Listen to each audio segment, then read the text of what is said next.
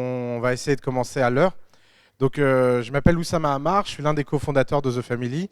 Et on est très heureux aujourd'hui de recevoir chez nous Sacha, qui est l'inventeur de l'accord d'investissement rapide. Alors, l'accord d'investissement rapide, c'est quoi? Il va vous l'expliquer techniquement. Mais avant tout, retenez que c'est pour donner une bouffée d'air à votre startup et pour permettre de recevoir un investissement rapidement. Jusqu'à présent, l'investissement en France dans les startups nécessitait un formalisme très important et insupportable. L'avantage de R, c'est que ça nous rapproche de la meilleure pratique de la Silicon Valley, qui s'appelle SAFE et qui a été mis au point par Y Combinator, qui permet de recevoir des investissements de façon contractuelle, rapidement, simplement sous seing privé, et sans passer par les procédures très complexes de compte courant bloqués et je ne sais pas quoi. Donc voilà, merci beaucoup Sacha d'être parmi nous. Bienvenue à The Family et bonne présentation. Merci beaucoup. Voilà, en fait, la présentation est quasiment terminée. Il y a un truc. Okay. Bon, alors en deux mots, juste pour vous situer un petit peu le contexte dans lequel on a mis en place R. Ça fait à peu près 15 ans que j'accompagne des entrepreneurs et des PME dans leur processus d'investissement. Et le marché a considérablement évolué. Et surtout, il y a eu, par l'effet du temps, un phénomène, il y a eu une démultiplication des initiatives entrepreneuriales. Il y a eu de plus en plus d'entrepreneurs, de plus en plus de projets. Et puis, il y a eu la naissance de ce dans quoi vous nagez aujourd'hui, c'est-à-dire toutes ces initiatives qui vous permettent de vous déployer assez rapidement, ce qui n'existait pas avant.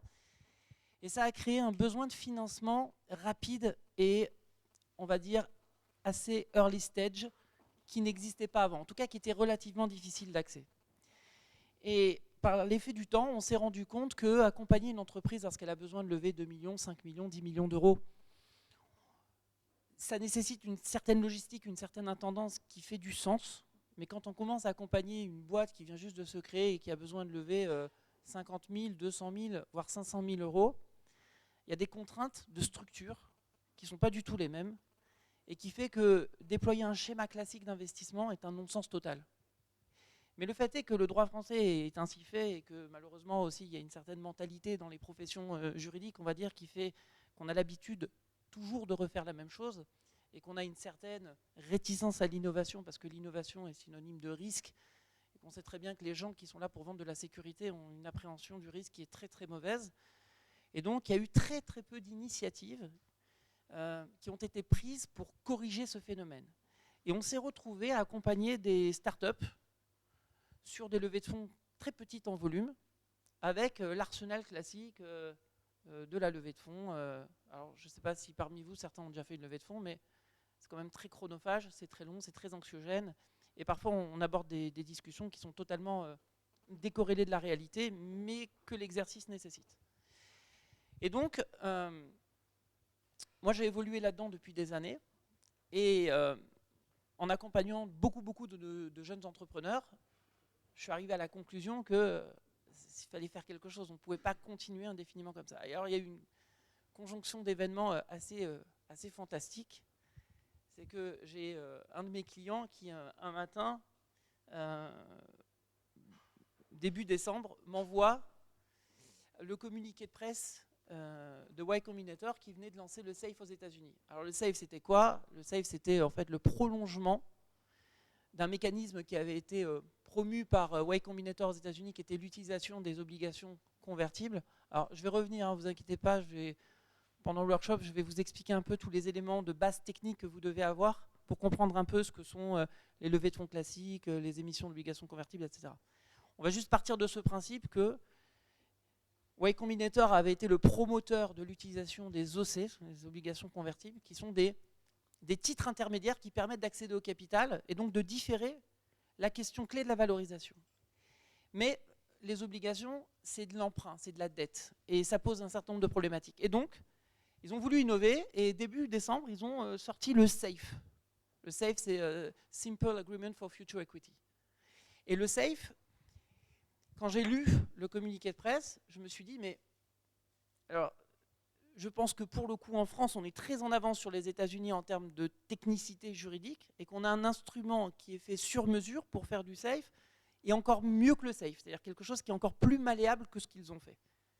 Ils l'ont fait par le biais d'un contrat, mais nous, on avait un instrument juridique qui était idoine, qu'on appelle le BSA. Je vous expliquerai exactement pour ceux qui ne savent pas ce qu'est un BSA, comment ça fonctionne. Et donc, je reçois l'article, et en lisant l'article, je me dis, ça me vient instantanément, je me dis, mais il y a une astuce, on peut le faire en France, et on peut le faire de cette manière-là. 48 heures plus tard, je reçois un coup de téléphone de Jean de la Roche-Brochard, qui me dit, voilà, chez The Family, on est en train de réfléchir, on aimerait sortir quelque chose un peu disruptif, un peu innovant, pour aider les startups à se financer en early stage. Alors, ça arrive 48 heures après le communiqué de presse pour les communautés. J'étais déjà en réflexion, j'ai dit, écoute, ben, ça tombe bien parce que je suis en train de réfléchir à quelque chose. Et donc, je lui explique le mécanisme, on va avec Oussama, et puis on finit par développer le truc. On se dit, ben, ce qu'on va faire, c'est qu'on va le lancer. On va le lancer fin décembre pour Noël. Et puis, en fait, ce qu'on va faire, c'est qu'on va créer le premier package open source qu'on va offrir au marché pour que les startups puissent accéder à du financement plus facilement. Et donc moi, l'initiative, je la trouvais très intéressante. Stratégiquement, quand on innove en matière juridique, il ne faut surtout pas en faire une chasse gardée. Il fallait ouvrir le modèle au marché pour qu'il soit utilisé et puis qu'il gagne sa légitimité par son utilisation. Et donc on a décidé de l'ouvrir en open source. Ça, c'est la genèse de R. Alors le terme R, il faut reconnaître le talent en marketing, le génie, c'est pas moi du tout. C'est Jean de la Roche-Brochard qui a trouvé le terme. Et on s'est dit, on va sortir l'accord d'investissement rapide. L'accord d'investissement rapide, c'est en fait un paquet juridique qui permet de faire une levée de fonds très rapidement et à moindre coût.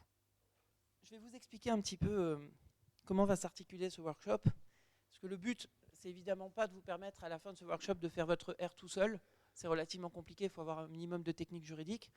Mais en tout cas, c'est de suffisamment bien manipuler le modèle intellectuellement pour pouvoir, si vous avez besoin de lever de l'argent, commencer à réfléchir dessus et vous dire, voilà, si je devais lever de l'argent, je le ferais plutôt de cette manière-là. On va partir du point de départ, qui est la réflexion de base.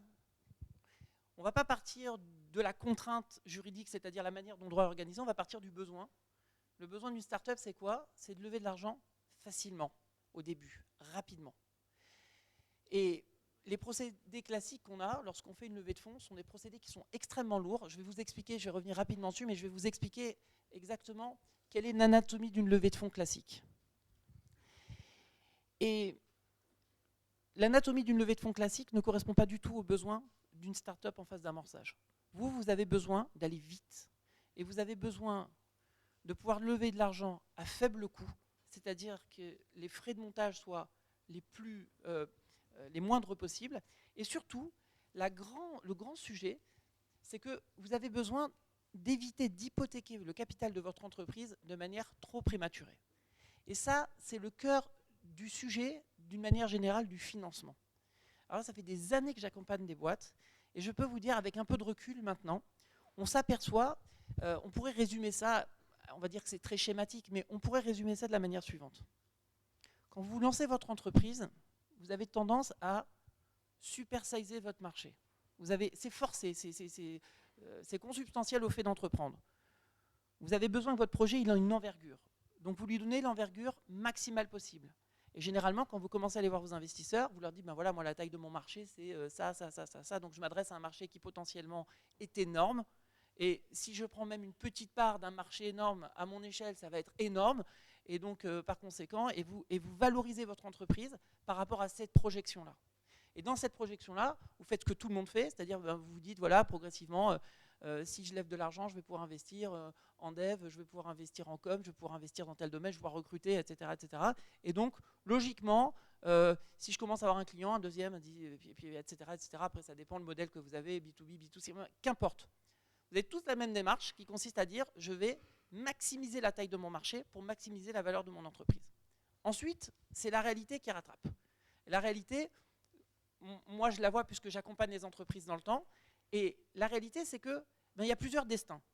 Il y a le destin des étoiles filantes, des boîtes qui vont très rapidement prendre de l'attraction avec éventuellement du chiffre d'affaires qui va monter très très rapidement. Et ces boîtes-là, en fait, leur première levée de fonds, elle va être importante, mais elle ne va pas finalement les pénaliser tant que ça, parce que le levier de croissance va être tellement fort que finalement, elles vont tirer par le haut l'investisseur qui les a accompagnés au début, et elles ne vont pas forcément avoir besoin de lever de l'argent, et si elles lèvent de l'argent, elles vont le faire dans de très bonnes conditions, parce qu'il y a beaucoup d'investisseurs qui vont vouloir entrer dans la boîte. Mais ça reste une petite partie des entreprises qui se lancent. Après, vous avez un gros compartiment où ça se passe bien, ça ne se passe pas extraordinairement bien, mais ça se passe bien, et vous vous développez. Et quand vous vous développez, vous vous rendez compte que vous avez besoin de cash, parce que tous les mois, vous consommez, que vous avez un décalage, surtout quand vous êtes dans le domaine technologique. Souvent, vous avez un décalage entre le temps qu'il vous faut pour développer votre technologie et le temps qu'il vous faut pour la vendre. Et donc, vous vous retrouvez avec ce creux qui fait que dans le creux, vous avez besoin de financer, donc vous avez besoin de tenir. Donc, vous allez vous retrouver rapidement avec cette question existentielle de qu'est-ce que je fais? Est-ce que je continue de dépenser de l'argent et j'augmente la taille des équipes et puis je lève de l'argent, etc. Ou est-ce que je reste en tout petit comme ça, je consomme le moins possible et puis j'attends de commencer à avoir du chiffre d'affaires pour m'auto-financer pour arriver à un niveau de chiffre d'affaires où je vais lever dans de bonnes conditions? Ça, c'est le gros du panier. Et puis ensuite, vous avez des entreprises qui mettent beaucoup de temps à décoller. Et ces entreprises-là, elles se retrouvent à lever régulièrement de l'argent. Et tant et si bien que les entrepreneurs que vous avez accompagnés au début, qui ont fait leur première levée de fonds avec beaucoup d'enthousiasme, ils se rendent compte qu'elle est très pénalisante parce qu'ils ont dû relever une deuxième fois, une troisième fois. Et à chaque fois qu'ils lèvent de l'argent, ils perdent du capital. Et puis vous vous retrouvez finalement avec des entrepreneurs qui ont perdu du capital, certes, mais en fait qui ont perdu quelque chose qui est essentiel, c'est qu'il n'y a plus d'adéquation entre le pourcentage de capital qu'ils restent détenir dans leur boîte et leur motivation. Et là, c'est un scénario dramatique qui se produit, où la boîte, elle va s'éteindre progressivement parce qu'on a trop dilapidé le capital et on l'a dilapidé trop tôt. Donc quand on aborde les questions du financement, très très en amont, c'est-à-dire sur la première levée, il faut tenir compte de ces paramètres. Le paramètre de l'excès d'enthousiasme, et il faut avoir un minimum de prudence en se disant, je peux être dans, évidemment, l'étoile filante, j'ai plus de chances d'être dans le panier moyen du milieu, mais je peux aussi être dans le panier du bas. Et donc, j'ai besoin de me prémunir. Je veux juste me prémunir sur ces trois scénarios. Voilà. Ça, c'est vraiment le point de départ du raisonnement. Donc, il faut se garder d'une chose, c'est que, de ce que moi j'ai pu constater, c'est que tous les entrepreneurs que j'accompagne, c'est des entrepreneurs qui sont passionnés par leur projet, et souvent, leur passion les amène à une forme d'abnégation sur ce que représente économiquement leur projet à leur niveau à eux d'entrepreneur. C'est-à-dire quelqu'un qui crée de la richesse à partir de rien. Et parfois, j'ai des entrepreneurs qui arrivent et qui me disent non mais qu'importe, moi je veux que le projet fonctionne, donc je suis prêt à accepter ci, accepter ça, accepter. Et je leur dis non mais arrêtez-vous, parce que le raisonnement que vous avez maintenant, il sera faux dans 2 ans, il sera archi faux dans 5 ans. Et dans 5 ans, vous allez faire un bilan et vous allez vous dire mais pourquoi j'ai raisonné comme ça au début? Tout simplement parce que j'étais porté par le projet, par l'enthousiasme du projet, etc. Donc nous, c'est vrai qu'un peu dans notre rôle d'avocat, quand on accompagne des entrepreneurs, on a tendance un peu à les calmer et on a tendance un peu à être un peu leur conscience patrimoniale en leur disant lâchez pas trop du capital, soyez prudents, faites pas trop preuve d'enthousiasme, on va mettre des mécanismes en place, si ça cartonne tant mieux, si vous êtes dans le panier du milieu, eh ben, attendez-vous à relever de l'argent, donc soyez un peu précautionneux dans la manière d'ouvrir votre capital aujourd'hui, et puis si vous êtes dans le dernier panier, alors faites preuve d'encore plus de prudence. Voilà. Alors ça c'est un petit peu pour introduire la question du financement et la manière d'appréhender la question du financement. Je vous ai expliqué rapidement la manière dont on a lancé le R, et je vais m'arrêter pendant quelques minutes sur les 2 techniques qu'on utilise habituellement pour faire de la levée de fonds, et vous expliquer pourquoi on utilise ces techniques-là, et en quoi le R est une innovation, et en quoi le R permet de contrer un certain nombre de désavantages qu'on a dans ces mécanismes-là. Le premier schéma, c'est ce qu'on appelle la levée de fonds classique. Une levée de fonds classique, c'est quoi? C'est extrêmement simple. Vous allez faire une augmentation de capital qui va être réservée à un investisseur qui va entrer dans votre capital. Vous allez émettre des actions qui peuvent avoir des caractéristiques particulières. Alors après, ça dépend du profil de votre investisseur. Vous avez des investisseurs très gourmands, d'autres qui ne le sont pas du tout. Et cette augmentation de capital va nous poser un problème mécanique, mathématique, qui va être le prix de souscription des actions. Donc la question de la valorisation de l'entreprise. Alors, juste, je vous donne pour m'assurer que vous avez bien les bons termes et les bonnes définitions qui vont avec les bons termes. L'usage, c'est de parler de valorisation pré-monnaie, de valorisation post-monnaie, fully diluted ou non fully diluted. Alors, derrière ces termes, on désigne quoi? On désigne le fait de prendre en compte soit uniquement les actions qui ont été émises en dur dans le capital, soit de prendre en compte toutes les actions, même celles qui, à terme, pourraient être émises par l'effet de titres intermédiaires qui existent déjà. Alors, je précise. Dans le capital d'une entreprise, vous n'avez que des actions en dur. D'accord ? Ces actions, elles peuvent être ordinaires ou elles peuvent être de préférence. Mais vous n'avez rien d'autre que ça.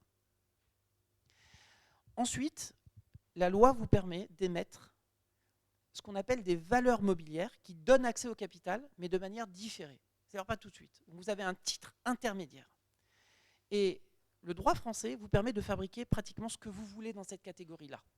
Donc il n'y a pas de nomenclature, il y a des usages qui font qu'on a appelé ça des bons de souscription d'actions, des APSA, des ORAPSA. En fait, il y a toute une série de vocabulaire avec des acronymes, mais on s'en fout un peu. L'idée, c'est que vous pouvez créer un titre qui vous permet d'acquérir, de souscrire des actions en fonction d'un événement ultérieur, avec certitude ou de manière conditionnelle.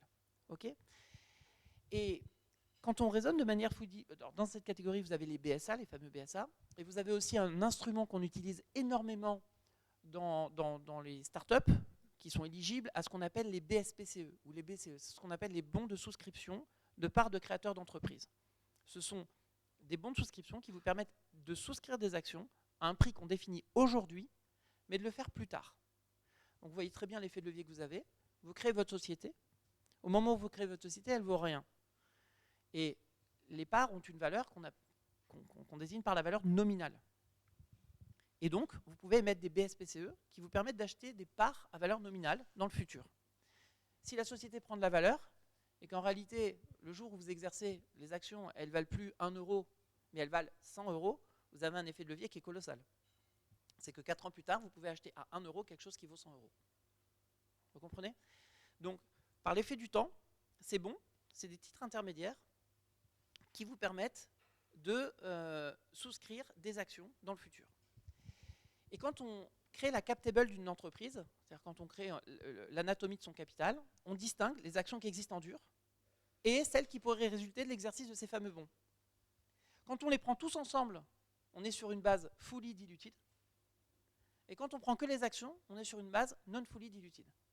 Donc le fully diluted, il tient compte de la dilution qu'occasionne la souscription de ces fameuses actions-là. Vous m'arrêtez ainsi à un moment donné dans les notions techniques, vous avez besoin d'une précision, il vaut mieux qu'on le fasse maintenant en cours de workshop plutôt qu'à la fin. Donc ces deux notions, fully diluted, non fully diluted, c'est des notions clés que vous devez maîtriser. Vous créez une société, vous lui mettez 1000 euros de capital avec 1000 actions d'une valeur nominale de 1 euro. Okay. À côté de ça, vous avez besoin d'intéresser votre directeur technique qui n'est pas au capital, mais vous voulez le motiver.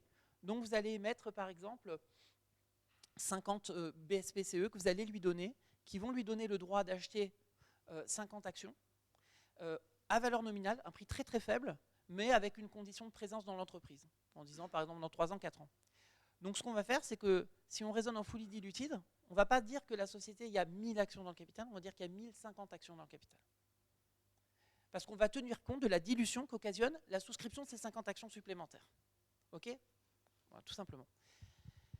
Et donc, une fois qu'on a déterminé ces bases, qui sont des assiettes de calcul, on va commencer à raisonner en valorisation d'entreprise. Et là, on va avoir une valorisation pré-monnaie et valorisation post-monnaie. Alors, derrière ces termes qui sont couramment employés, on désigne quoi ? Un pré-monnaie, c'est qu'on prend une valeur d'entreprise. Par exemple, vous dites, moi, mon entreprise, elle vaut 2 millions d'euros. Et on va diviser cette valeur d'entreprise par le nombre d'actions en non fully diluted ou en fully diluted selon la base de calcul. Le critère classique, c'est en fully diluted. Donc, vous prenez, dans le cas que j'ai donné, les 3 millions, vous divisez ça par 1050 et ça vous donne le prix par action de votre augmentation de capital. Ok ? Le propre d'une augmentation de capital, je reviens au propos de départ, c'est de déterminer cette valorisation d'entreprise sur laquelle on va faire cette émission. Et elle est intangible. En principe, elle est fixée. C'est-à-dire que vous allez dire, vous rentrez, vous investisseurs, sur une valo qui est de 2 millions pré-monnaie. Alors 2 millions pré-monnaie, c'est ce qu'on vous souhaite sur votre premier tour de financement, parce que généralement, quand vous levez de l'argent et que vous êtes une start-up, ce qu'on voit statistiquement, c'est que vous levez sur une valo qui oscille entre 500 000 et 1,5 million. Statistiquement, c'est à peu près le spread dans lequel vous êtes. Et puis parfois, on voit des sociétés qui lèvent sur des valos qui sont très élevés, mais pour des raisons qui sont assez inhabituelles. Mais on va dire que le spread, c'est ça dans lequel vous allez évoluer. Et donc, vous dites, voilà, je vais lever de l'argent sur cette base. Et puis, vous avez mis vos actions, et puis vous êtes fait diluer, et puis ça s'arrête là. C'est terminé. Sauf que l'investisseur, dans le cadre de ce processus, il va vous dire, oui, mais moi, j'ai besoin de sécuriser mon investissement, et puis j'ai besoin d'organiser mes relations avec vous. Et il va commencer à négocier une documentation juridique qui va être assez lourde. Dans cette documentation juridique, vous avez généralement 2 éléments clés. Vous avez le pacte d'associés et vous avez ce qu'on appelle le contrat d'investissement ou la garantie de passif. On va dire qu'en early stage, la garantie de passif, il n'y en a quasiment pas, et que si on a une, on s'en fout un peu parce que la société n'a pas de vécu, et que c'est un sujet qui est totalement théorique. Ça peut ne pas être théorique lorsque vous avez des startups qui développent une technologie qu'ils ont rachetée, qu'ils ont excubée, et là, il peut y avoir un sujet derrière l'histoire de la technologie qu'ils ont récupérée. Mais d'une manière générale, on s'en fout un peu de la question de la gap, on focalise sur la question du pacte. Et dans le pacte, on va trouver quoi? Dans le pacte, on va trouver un certain nombre de mécanismes coercitifs qui vont faire que l'investisseur va s'assurer qu'il a misé sur une équipe, il a misé sur un projet, l'équipe et le projet ne bougent pas sans son accord. Donc, il va loquer les fondateurs dans le capital social, et puis, il va s'aménager, parce que c'est souvent le destin d'un investisseur, sa sortie, parce que sa vocation, c'est d'être un associé temporaire. Donc la plupart des investisseurs, et alors ça monte avec un degré d'intensité croissant, plus on commence à s'approcher de ce qu'on appelle les venture capitalistes, les fonds d'investissement, qui eux, de manière génétique, ont un besoin de sortie parce qu'ils ont des véhicules d'investissement qui ont une maturité dans le temps, qui est généralement de 7 à 10 ans. Donc, vous allez avoir un associé qui rentre avec la vocation de sortir. Alors que vous, entrepreneur, votre vocation, ça n'est pas de sortir. Vous, votre vocation, c'est de créer une entreprise qui dure dans le temps.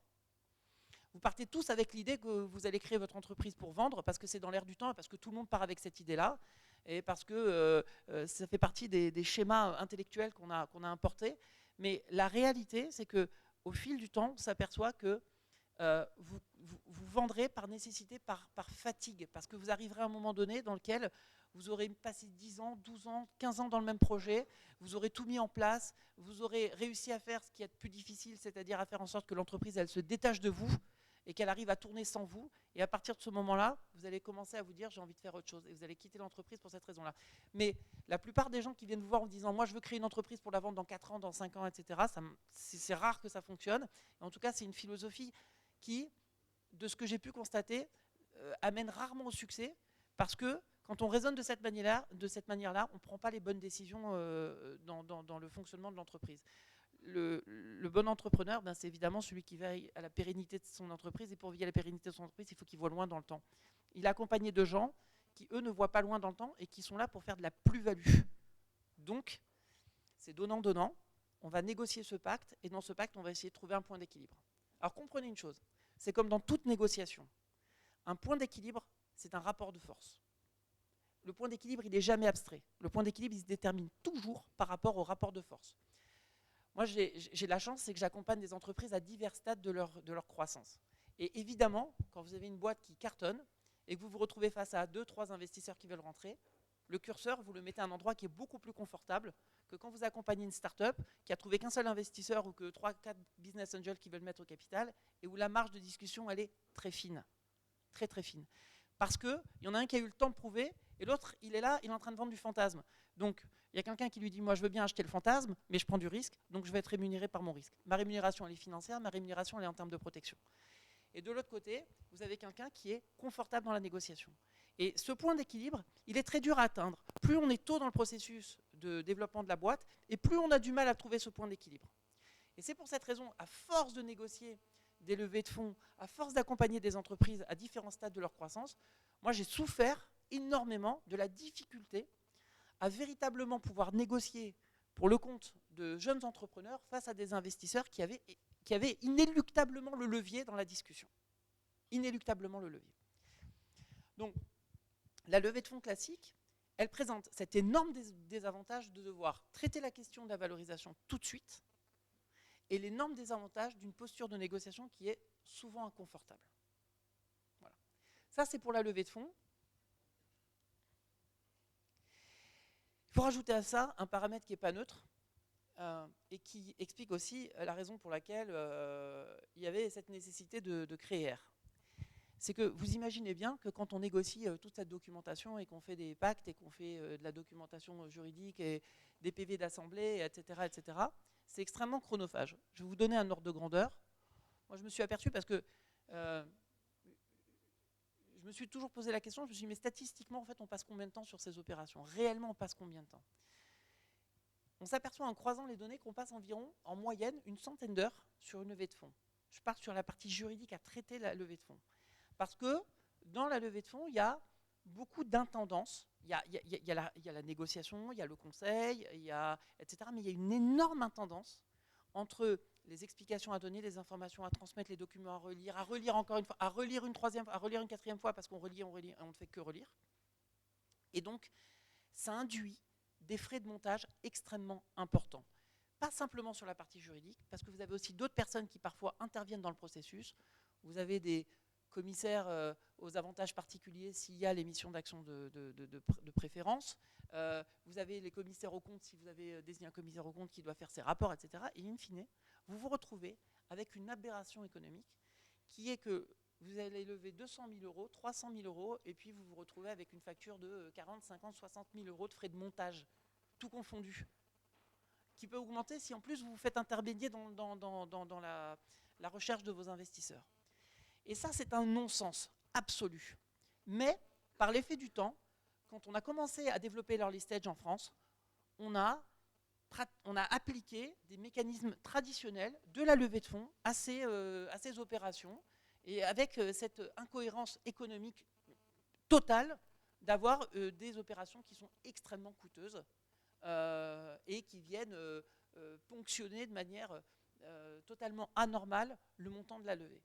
Voilà. Et il n'y a pas véritablement eu de réflexion de la part de la communauté des juristes ou même des commissaires aux comptes sur cette question-là, sur l'idée de se dire il faut qu'on fasse quelque chose qui fasse du sens. Il faut que notre modèle économique à nous, il fasse du sens pour les clients qu'on accompagne.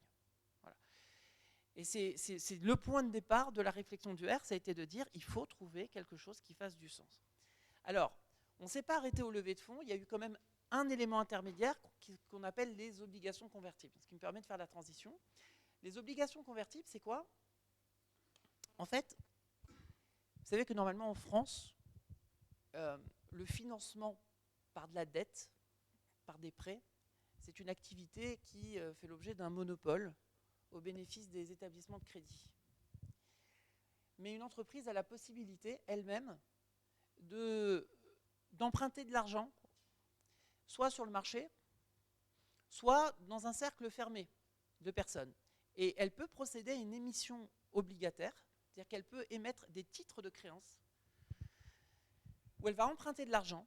Et ces titres de créance, en fait, on peut les aménager un peu comme on veut. C'est-à-dire qu'on peut faire en sorte que ce soit des titres de créance purs et durs, où en gros, elle dit, ben voilà, j'ai pas les moyens d'emprunter à une banque parce que la banque ne me prête pas. Mais par contre, si moi, je vous garantis que je vais vous servir un intérêt important, plus important que ce que je paierais à une banque, et vous acceptez de courir le risque, vous allez me prêter de l'argent. Et la manière dont ça fonctionne, c'est que dans le cadre des startups, c'est ce qu'a développé Y Combinator aux États-Unis, ils ont créé des obligations qui sont convertibles en actions. D'accord? Donc c'est ces fameux titres intermédiaires. Mais avec un paramètre qui fait toute la différence avec le R, c'est que quand vous empruntez de l'argent, vous exposez souvent, voire toujours, à la possibilité d'avoir à rembourser. Or, cet argent, vous allez le consommer, et assez rapidement. Et si vous êtes en phase de développement, il est possible que vous n'en gagnez pas suffisamment pour pouvoir rembourser le moment venu. Tout dépend de la volumétrie de ce que vous avez emprunté. Et donc, ce risque de remboursement, qui généralement, et en plus, est accentué par quelque chose de punitif qu'on appelle une prime de non-conversion. S'il y a une prime de non-conversion qui s'applique, vous pouvez vous retrouver à devoir rembourser beaucoup, beaucoup, beaucoup. Et donc, Y Combinator a dit, moi ce que je vais faire, c'est que je vais utiliser les OC comme titre intermédiaire. Pourquoi ? Parce que l'avantage des OC, c'est que ça permet de différer le calcul de la valorisation. C'est-à-dire que je vais dire, je vous prête tant aujourd'hui, je vous prête 200 000 euros, je vais les convertir en capital, et la valorisation qu'on va retenir pour cette conversion, je ne vais pas la fixer aujourd'hui. Je vais la déterminer en fonction d'un événement ultérieur. Et donc, on décale le curseur de la valorisation. Ce qui est intéressant, une boîte qui est en phase d'amorçage, plus le temps passe, plus elle est capable de démontrer que ce qu'elle a dit à l'instant T est vrai à l'instant T plus 1, encore plus vrai à l'instant T plus 2, etc. Et donc que la valeur augmente, et donc elle tient sa promesse, et donc elle a de plus en plus de légitimité. Et ce fameux curseur dont je vous parle dans la négociation, il se déplace. Ce que je vous avais dit que, et la preuve c'est que effectivement l'attraction, le nombre de visiteurs, le nombre de trucs, etc. fait que l'entreprise elle vaut bien ce que je vous dis, elle vaut même plus que ce que je vous disais. Et donc on cherche à décaler le mécanisme qui permet de déterminer le prix de souscription des actions. Alors ça présente cet avantage indéniable, ça a très très bien fonctionné aux États-Unis et ça ne marche pas en France. Ça a très peu marché en France. En fait, la seule initiative dont j'ai entendu parler qui a utilisé ça, c'est 101 projets. Ils sont passés par des OC et en fait, je les ai eus, j'ai échangé avec eux sur le sujet. En fait, ils auraient pu passer par R, mais ils ont lancé ça sous forme d'OC avant que R ne sorte. Donc, je ne sais pas si c'est vraiment représentatif. L'utilisation des OC en France n'a jamais été utilisée pour faire du financement early stage. On utilise les OC pour faire ce qu'on appelle des bridge loans, c'est-à-dire des sociétés qui, pour une raison X ou Y, ont besoin très rapidement d'avoir de l'argent, mais qui sont déjà relativement bien développées, ou on utilise ça sur les marchés financiers pour faire des énormes émissions obligataires. Ça présente des inconvénients, qui sont des inconvénients financiers et comptables, c'est que, évidemment, c'est de la dette, donc ça n'augmente pas stricto sensu vos capitaux propres. Et vous avez toute une série de dispositifs fiscaux et parafiscaux qui sont tributaires du montant de vos capitaux propres. Et notamment tout ce qui est financement public. Parfois, vous avez des aides qui sont liées directement au montant de vos capitaux propres. Et les émissions d'obligations convertibles ne vous permettent pas d'y accéder. Donc, dans ce contexte-là, on a sorti le R en s'inspirant du SAFE. Et le principe du R, c'est le suivant. C'est qu'au lieu de transiter par une obligation, donc une dette, on va utiliser un BSA. Et l'astuce du R, parce que le R, c'est rien d'autre qu'une astuce, l'astuce du R, c'est que le BSA, on va le payer très cher. En réalité, le BSA, on va le payer le prix de l'investissement, le montant de l'investissement. Donc je veux investir 100 000 euros, en fait, je vais acheter le BSA 100 000 euros. Mais le BSA va me permettre d'acheter, de souscrire un nombre d'actions variables à valeur nominale, donc à un prix très très très faible, en fonction d'un événement ultérieur. Et donc, en fait, le BSA, ça s'apparente à un mécanisme qu'on connaît bien dans le private equity, qu'on appelle le BSA ratchet.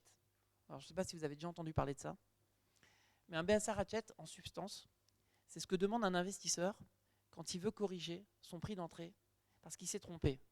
Là, il est rentré sur 3 millions d'euros de valo pré-monnaie. Et en réalité, la boîte, 8 mois après, fait un tour à 2 millions d'euros.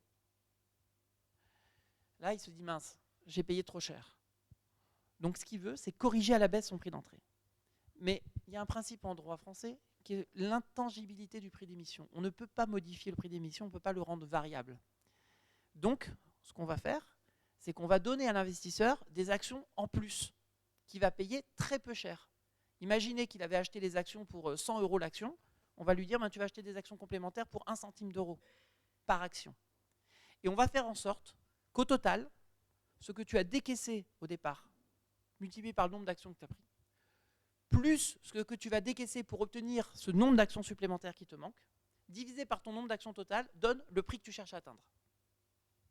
Et c'est un mécanisme de correction de valeur. Ce BSA ratchet, c'est quelque chose qu'on rencontre très fréquemment dans les opérations de financement. Et sa logique de fonctionnement est très proche en fait du BSR. Le BSR s'inspire beaucoup de cette logique-là. C'est-à-dire que je vais me servir du BSA, non pas comme d'un mécanisme de levier, comme je vous disais tout à l'heure, là, les BCE qui vous permettent d'acheter dans 4 ans quelque chose qui vaudra 100 fois plus cher, à un prix 100 fois inférieur. Il n'y a pas d'effet de levier dans le BSR. Le BSR, c'est un mécanisme d'ajustement. C'est un mécanisme qui permet de dire, je vais décaler la question de la valorisation dans le temps, et je vais déterminer le nombre d'actions que je dois souscrire, je vais le déterminer en fonction d'un événement ultérieur. qui, on va dire, le premier événement qui m'intéresse, c'est la levée de fonds que je vais faire derrière. La grosse levée de fonds que je vais faire derrière.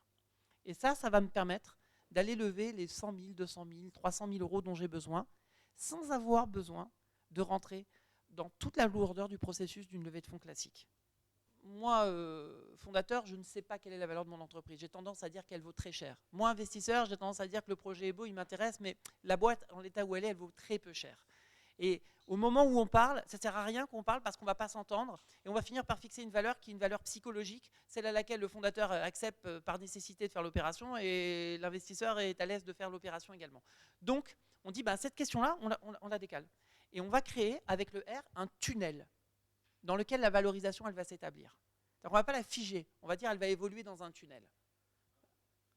Alors, on peut faire un R sans tunnel, mais la manière dont il est structuré, la manière la plus évidente de le faire, c'est de le faire avec un tunnel. Okay, avec une valo cap, une valo floor. Et donc là, en fonction d'un événement ultérieur qui va se produire, on va dire, voilà, finalement, je vais prendre la valo qui est retenue lors de cet événement, je vais lui appliquer un taux de décote, parce que c'est tout l'intérêt d'avoir investi avant les autres. Et en fonction de ce taux de décote, cette valo cap, cette valo floor, je vais avoir mon modèle d'investissement et je vais m'assurer que l'erreur que j'ai pu commettre du fait de cette incertitude soit la moindre possible. Voilà comment fonctionne le principe du R. Maintenant, l'avantage, c'est que le taux de décote, c'est comme tous les taux, c'est qu'on a tendance à créer rapidement des normes et qu'on sait à peu près ce qui se fait et ce qui ne se fait pas. Donc, quand on parle d'un taux de décote, on sait qu'on va dire, voilà, un investisseur, il va commencer, il va dire, moi, je veux 50% de décote. Et puis, le fondateur va lui répondre, 20% de décote. Et puis, on va commencer à se mettre dans ce spread entre 40 et 25, qui est généralement là où la discussion a lieu. C'est toute la différence de raisonner en valeur relative ou en valeur absolue. Quand on raisonne en valeur absolue sur une levée de fonds classique, là, on le sent passer. Mais quand on raisonne en valeur relative, on se dit, ok, c'est 30%, mais 30% de quoi? 30% de ce que quelqu'un appréciera dans 12 mois, 14 mois, quand il va mettre peut-être 500 000, 1 million ou 1,5 million.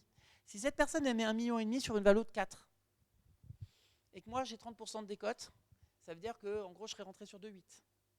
Si je suis rentré sur 2,8, mais je sais à coup sûr qu'il y a quelqu'un qui a mis 4, et je sais à coup sûr qu'il y a 1 million d'euros dans la société, donc la société a encore plus de chances de se développer, je suis à l'aise de l'avoir fait. J'aurais jamais investi à 2,8 millions from scratch, je l'aurais jamais fait. Je le fais pourquoi? Parce que si ça se produit, tant mieux, mais si ça ne se produit pas, alors c'est pas sur 2,8 millions que je convertis, c'est sur un autre critère, qui est soit le critère par défaut que j'ai mis dans le modèle, parce que bien sûr dans le modèle, il faut qu'on envisage le cas où il ne se passe rien. Il ne se passe rien pendant 24 mois, 36 mois. Et on va déterminer un horizon de temps, et on va dire, si c'est rien passé pendant 36 mois, on va convertir sur une valeur qu'on va fixer à l'avance. Et là, c'est toutes les possibilités qui sont envisageables. Ça peut être, je convertis en bas, sur le plancher, je convertis sur la valo en haut, je convertis sur la valo du haut à laquelle on applique la décote. Enfin, on fait ce qu'on veut. Et c'est très modulable. C'est-à-dire que ce qui est bien, c'est que dans une levée de fonds, quand on aborde frontalement la levée de fonds, la question de la valo et la question du prix, elle est monolithique. C'est combien le prix. Voilà. L'avantage du R, c'est que c'est un modèle polymorphe dans lequel on est capable d'avoir la discussion et de déplacer les centres de gravité de la discussion sur différents sujets. Et on est capable de pondérer le désavantage qu'on a sur la décote, d'aller le pondérer sur le cap, d'aller le pondérer, etc., etc. Donc c'est une discussion qui est beaucoup plus intéressante intellectuellement, qui donne beaucoup plus de confort dans la négociation. Et on s'aperçoit, vous savez, moi je me suis retrouvé à faire une négo de R où il y avait 12 personnes. Et c'était extrêmement intéressant de voir comment les gens réagissaient sur un modèle à plusieurs entrées. Par rapport aux négociations que j'ai l'habitude d'avoir, où c'est mono-entrées, on a une discussion, c'est le prix, et c'est frontal. Et ça finit très rapidement par l'argument d'autorité qui consiste à dire, écoutez, soit on ne fait pas à ces conditions, merci. Et c'est horrible, mais ça se produit comme ça. Alors que sur un modèle comme ça, vous pouvez toujours récupérer en disant, oui, mais d'accord, mais alors on va le faire comme ci, etc. Et ça finit par être une décision qu'on prend par rapport à ce modèle qu'on fait tourner et par rapport à la maîtrise qu'on a du modèle qu'on fait tourner. Vous voulez faire de la liquidité préférentielle, alors liquidité préférentielle, c'est une autre notion que vous voyez dans les levées de fonds classiques, c'est que c'est une notion claire. Je m'arrête là-dessus pour expliquer parce qu'elle est importante. La liquidité préférentielle, vous avez un investisseur qui va vous dire quelque chose qui va vous surprendre. Il va vous dire, le jour où vous vendez l'entreprise, je prends plus que ma part. Je prends plus. On s'en fout de savoir si j'ai 20% du capital, je ne prendrai pas 20% du prix. Ça dépend du montant du prix. Si le prix il est dans une certaine zone, je prendrai peut-être 20% plus de l'argent, de telle sorte que je récupère ma mise plus un certain rendement. Et donc, en fait, on décorrèle la distribution, le modèle de distribution de la captable. Et donc, en fait, quand vous êtes là, vous bagarrez pour dire moi, j'ai lâché 20% du capital. Non, vous n'avez pas lâché 20% du capital. En réalité, si vous vendez la boîte temps, vous avez lâché beaucoup plus que 20% du capital. Et donc, ça, c'est des mécanismes qui relèvent de la cosmétique, du marketing des investisseurs qui sont malins et qui, parfois, comme ils se bagarrent entre eux pour essayer de récupérer un dossier, alors au lieu de dire je vais rentrer sur une valo qui est plus basse que mon confrère, non, je vais rentrer sur une valo qui est très haute, mais par contre, je vais mettre derrière un mécanisme correcteur qui fait que si je me suis trompé, c'est pas très grave parce qu'en réalité, je serais rentré sur beaucoup plus bas. Et donc, en fait, nous, dans notre rôle d'avocat, on est là pour un petit peu décoder les modèles d'investissement qui sont proposés. Et en les décodant, à un moment, on dit à l'investisseur, on ne va pas jouer au chat à la souris. Si tu veux avoir une correction à la baisse, moi, je veux une correction à la hausse. Si on surperforme, si la boîte, elle vaut beaucoup plus que ce qu'on pense et que nous, on a mal levé de l'argent, je veux que la liquidité préférentielle, elle se fasse à l'envers. C'est moi qui touche plus que ce à quoi j'ai droit. Donc, on peut faire ça. On peut créer des BSA qui permettent de se reluer, des BCE qui permettent de se... Il y a toute une série de mécanismes qui permettent de corriger ça.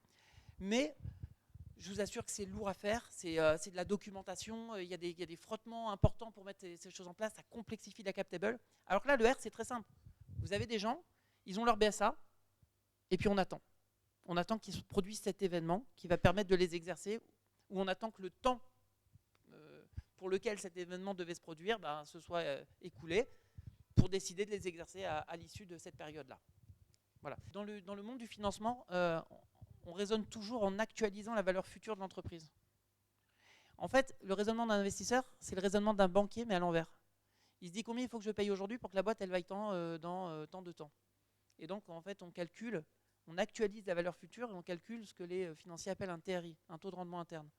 C'est-à-dire qu'on calcule le pourcentage, le taux d'intérêt de rémunération de leur investissement pour atteindre à terme la valeur qu'ils cherchent à atteindre. Voilà. Donc effectivement, vous allez venir avec votre projet, vous allez dire voilà, moi j'ai monté, ma techno elle est disruptive, il y a des barrières à l'entrée, j'ai une super traction, je suis hyper bon en SEO, je suis hyper bon là-dedans, etc. Enfin, vous allez lui tenir le discours habituel qui fait que concrètement vous allez lui présenter les beaux graphes qui font que la courbe elle est comme ça plutôt que comme ça. Voilà. Et puis lui, il va faire son rôle, il va vous dire oui, bon, c'est bien, mais bravo, etc. Ça m'intéresse, mais quand même.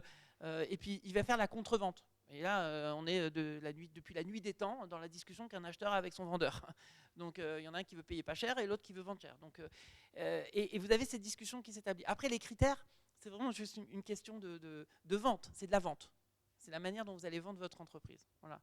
Mais disons que ces mécanismes-là, c'est ce qu'on disait tout à l'heure, ça rajoute une petite couche de raffinement intellectuel dans la discussion parce qu'il faut manipuler plusieurs composantes et que, en fonction de vos interlocuteurs, vous pouvez arriver à faire un meilleur deal que si vous faites une discussion abrupte de la valorisation. Voilà. Les données de départ, c'est le nombre d'actions que vous avez dans le capital de votre entreprise et la valeur nominale. Vous savez qu'en droit des sociétés, lorsque vous avez le capital social, c'est composé d'actions et les actions doivent forcément avoir une valeur nominale. Cette valeur nominale, vous la fixez librement et elle a pour particularité d'être invariable. C'est toujours la même. Quel que soit le nombre d'actions, c'est toujours la même. Maintenant, évidemment, votre entreprise, sa valeur, ce n'est pas le montant de votre capital social. Le montant de votre capital social, c'est le nombre d'actions multiplié par la valeur nominale. Votre entreprise, elle peut avoir beaucoup plus de valeur. Et la valeur réelle de l'action, elle peut être bien supérieure à la valeur nominale. Et le différentiel que vous avez entre les deux, quand vous émettez des actions à un certain prix, le différentiel qui est entre les deux, on appelle ça de la prime d'émission. Donc vous comprenez que le prix de souscription, c'est votre valeur nominale plus votre prime d'émission. Voilà. Et donc, quand on raisonne avec un R, on prend le nombre d'actions initiales, on prend la valeur nominale, et puis on va prendre les paramètres du R. Alors, on va prendre le montant de l'investissement, c'est-à-dire la somme qui va être investie dans le cadre du R, la décote, la valorisation floor et la valorisation cap, qui permet de créer ce tunnel dont on parlait, qui est un tunnel de valorisation. Et ensuite, on va raisonner dans l'hypothèse de l'exercice du BSR. Et le BSR va s'exercer à l'occasion d'un événement. On va raisonner simplement, on va se dire c'est une nouvelle levée de fonds. Donc l'entreprise, on lui a mis les 250 000 euros dont elle avait besoin sur son compte en banque pour qu'elle commence à se développer. Et puis avec ces 250 000 euros, 8 mois après, elle a recruté les 4 développeurs dont elle avait besoin, elle a sorti une nouvelle version de son truc, elle l'a diffusé, elle a fait du marketing, et puis soudainement on est passé, et puis elle a 150 000 utilisateurs. À 150 000 utilisateurs, elle a atteint le cliquet qui lui manquait pour aller voir un fonds d'investissement et lui dire, voilà, j'ai 150 000 utilisateurs, je peux en avoir 500 000, je peux en avoir 1 million, mais pour ça, il faut que je lève 1,5 million.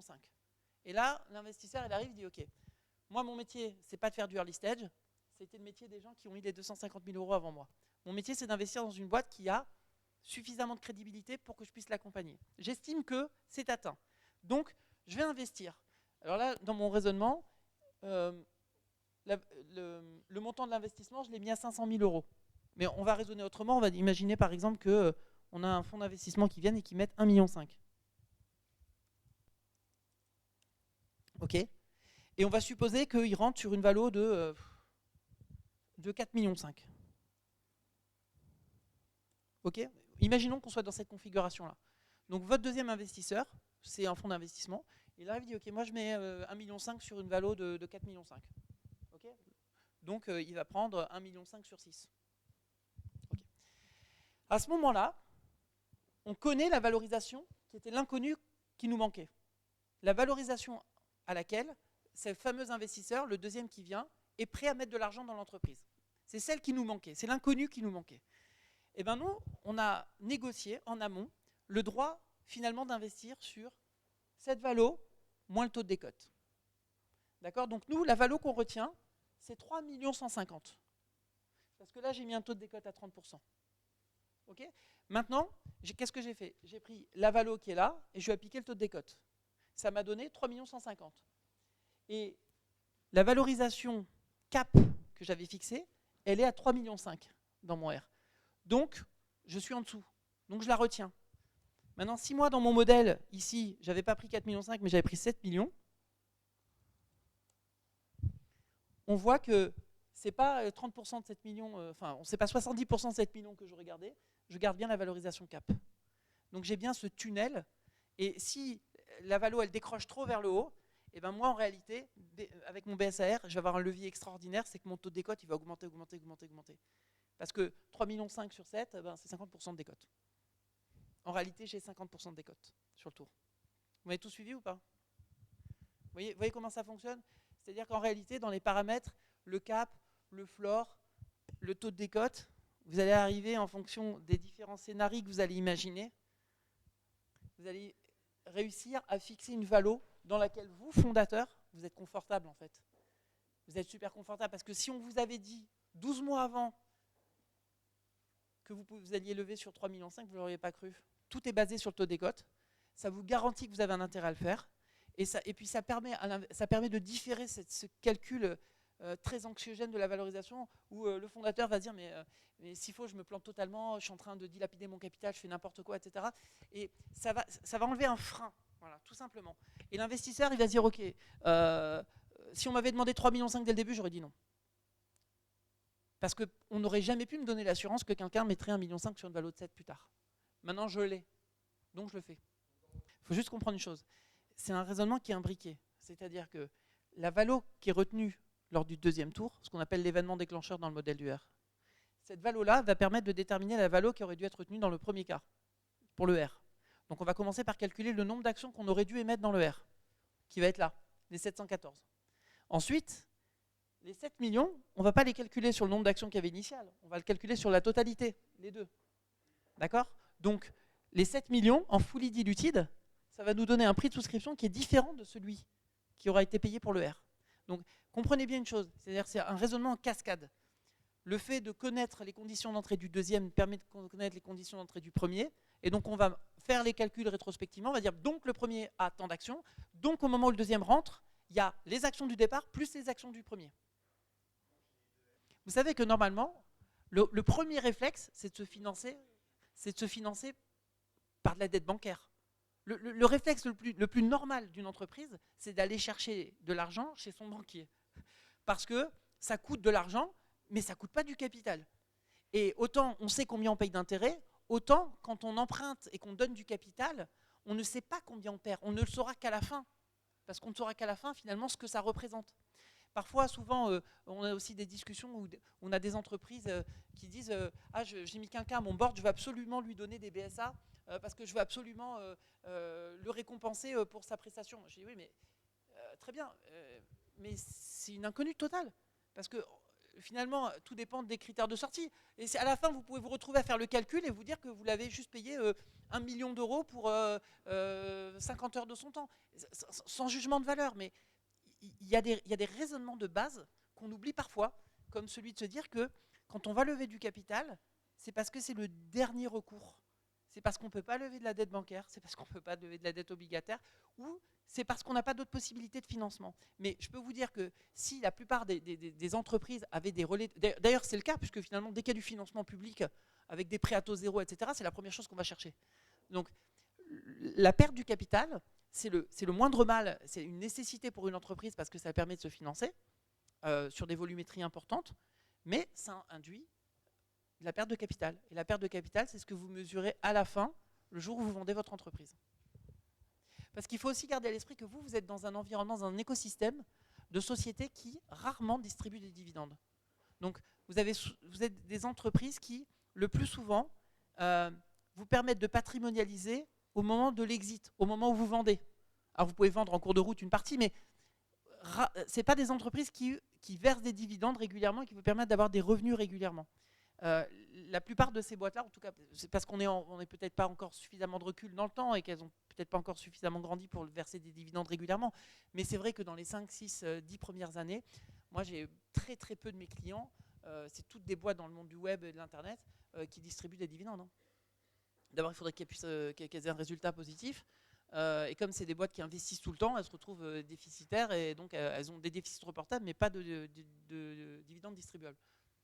Je voulais aborder cette question avec vous des aspects fiscaux du R. Vous savez qu'aujourd'hui, la plupart des investissements qui sont faits par des personnes physiques, des business angels, ou on va dire d'une manière générale par des investisseurs personnes physiques, sont faits dans le cadre d'une niche fiscale, soit en exonération d'une partie de leur ISF, soit en exonération d'une réduction de leur impôt sur le revenu. Et l'administration fiscale a réduit comme une peau de chagrin en fait les mécanismes qui sont éligibles à ces réductions fiscales-là pour diverses raisons et notamment retirer des titres qui étaient éligibles à ces réductions fiscales, les BSA. Alors pour une raison qui n'a rien à voir avec le R, qui était qu'avant les BSA étaient utilisés pour avoir des effets de levier énormes et ça aboutissait à des non-sens économiques. Alors que le R c'est l'inverse parce que généralement les BSA on les payait très peu cher et ça permettait d'acheter plus cher des actions à un prix décoté. Et là, dans le R, on paye le BSA très cher, donc il n'y a absolument aucun effet de levier. Et donc, on est en train de voir dans quelle mesure on peut convaincre l'administration fiscale de rendre le mécanisme éligible au TEPA et à la réduction IRPP. Par contre, mécaniquement, comme on achète les actions très peu chères, c'est le mécanisme rêvé pour acheter les actions via un PEA. Alors, on achète le BSA, et puis le jour où on exerce le BSA, eh ben, on va payer les actions à valeur nominale, donc très peu cher, en utilisant son PEA. Et là, comme vous savez que le PEA c'est limité, il y a une enveloppe, vous pouvez pas, vous avez une allocation et vous ne pouvez pas l'excéder. Mais l'avantage, c'est que comme vous payez les actions à valeur nominale, vous ne pouvez pas les payer moins cher que ça. Ça vous permet de maximiser votre PEA. Après, c'est un calcul. Le PEA, c'est avantageux parce que le PEA, ça vous amène à une exonération de la plus-value. Quand on regarde le régime des plus-values aujourd'hui en France, on espère que ça va changer, mais quand on regarde le régime des plus-values en France, qui est sur le régime d'une taxation à l'impôt sur le revenu, on est en train de parler de plus de 40%. Quand on parle de ça, on se rend compte que c'est peut-être plus intéressant de ne pas être taxé à la sortie et de ne pas avoir d'avantage fiscal à l'entrée. Donc c'est un vrai sujet. C'est un sujet moi, qu'on aborde de manière très récurrente. Est-ce qu'il vaut mieux avoir une réduction fiscale à l'entrée et pas à la sortie, ou est-ce qu'il vaut mieux avoir une réduction fiscale à la sortie? Je vous avais expliqué la différence qu'il y a entre les actions et les valeurs mobilières qui donnent accès au capital. En fait, cette catégorie-là, elle est réglementée par le Code de commerce. Elle suit un régime spécifique. Parce que le législateur s'est dit, j'ai des gens qui ne sont pas encore associés mais qui ont vocation à le devenir. Donc il faut que je les protège. Je vais les protéger en faisant en sorte que l'entreprise ne puisse pas faire toute une série de choses sans leur accord. Et donc vous avez tout un mécanisme, tout un dispositif légal qui est mis en place pour protéger ces titulaires de valeurs mobilières donnant accès au capital, avec Premier mécanisme, la mise en place d'une masse. Ils sont regroupés autour d'une masse.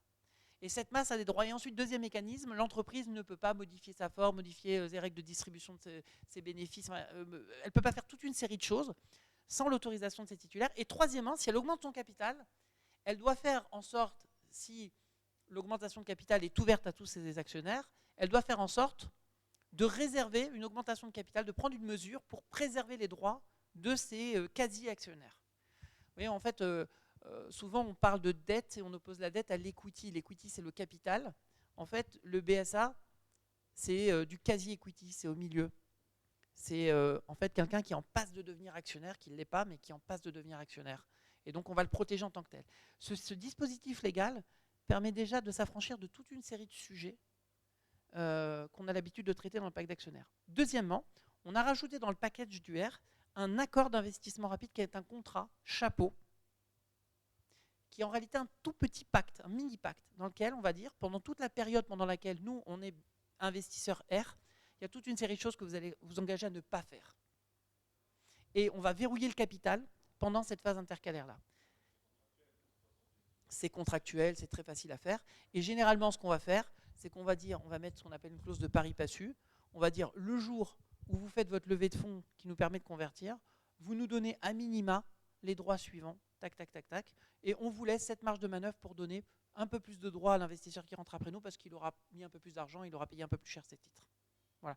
Et donc, en fait, vous avez ce package dans lequel, alors je ne vous ai pas parlé du package lui-même, mais dans le package, vous avez toute la documentation juridique préétablie. En fait, vous avez des templates dans lesquels vous allez trouver toute la partie documentation sociale, c'est-à-dire le PV d'assemblée qui permet d'émettre le BSAR. Et vous allez avoir le contrat dont je viens de parler, le contrat R, le bulletin de souscription, et à partir de ça, vous allez pouvoir construire votre R. Évidemment, je dois vous le dire parce que ce n'est pas des documents que vous allez pouvoir manipuler vous-même, ce n'est pas d'une simplicité enfantine. C'est simple, mais vous allez avoir du mal à le manipuler vous-même. Il vaut mieux vous faire accompagner, voilà, pour le faire.